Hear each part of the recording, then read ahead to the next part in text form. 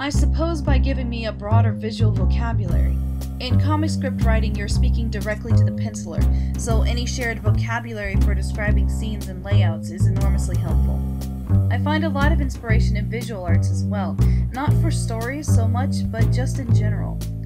The accomplishments in visual art still inspire awe in me, and awe is a great place to start from when you're preparing to jump into the eternal conversation of creation. But as a writer, I would of course say that I draw more from my literary background, and surprisingly, an art form I find myself referring back to again and again is theater. Scene beats, character motivations, dramatic blocking, and communicative gesturing are all concepts I learned back in my theater days. I always highly recommend theater when I'm lecturing on writing. My favorite comic book artists to work with are Brian Stelfreeze and John Bolton. I have favorite visual artists from every period, but am particularly fond of Utamaro, Kandinsky, and Caravaggio.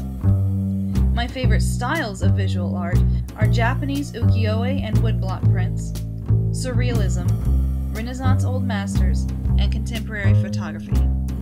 I think broad, hammy gestures of physical violence, especially when coupled with sound copy effects such as pow, zap, blam, owe their origins to comics, as does the visual iconography of a superhero.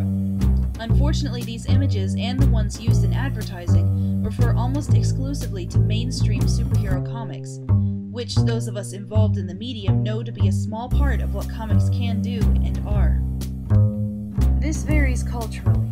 Japanese manga, for example, uses very different visual codes than those favored by European comics, and European comics are largely independent in their visual vocabulary from American comics. When we get to America and start focusing on imagery proliferation, we have to acknowledge that we're talking primarily about marketing. This has a much greater impact on the comics industry than most people realize. At the end of the day, Batman's job is not to protect the people of Gotham City, so much as to offer his services as a licensed character. You'll see him on everything from candy to toothpaste. Though the part of the industry that makes these deals is usually separate from the creative teams that produce the comics, its impact is very definitely felt. Our stories cannot show Batman doing anything that could potentially damage his effectiveness as a marketing icon. The movies are just extensions of this branding.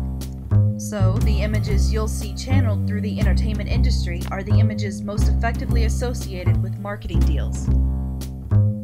Comics, or sequential art, is a unique medium that weds iconic abstraction with the written word.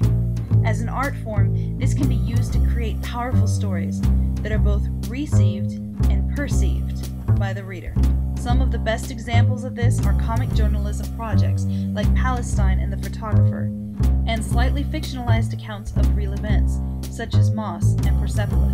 But the comics industry is just a tiny subset of the entertainment industry, and the objective of nearly all industries is to generate profit.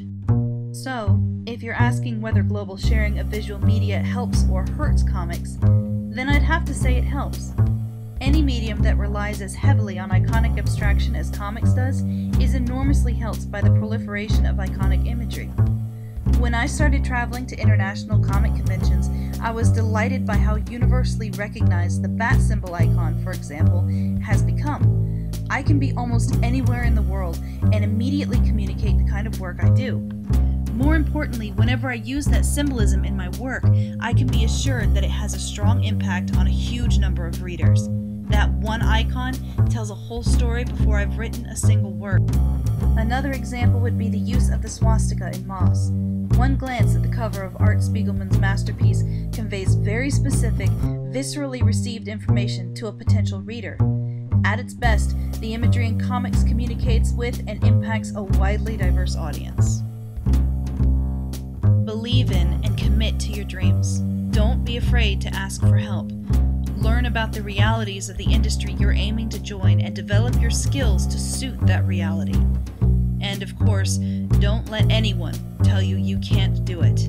If you're willing to put in the work, you are already ahead of the game.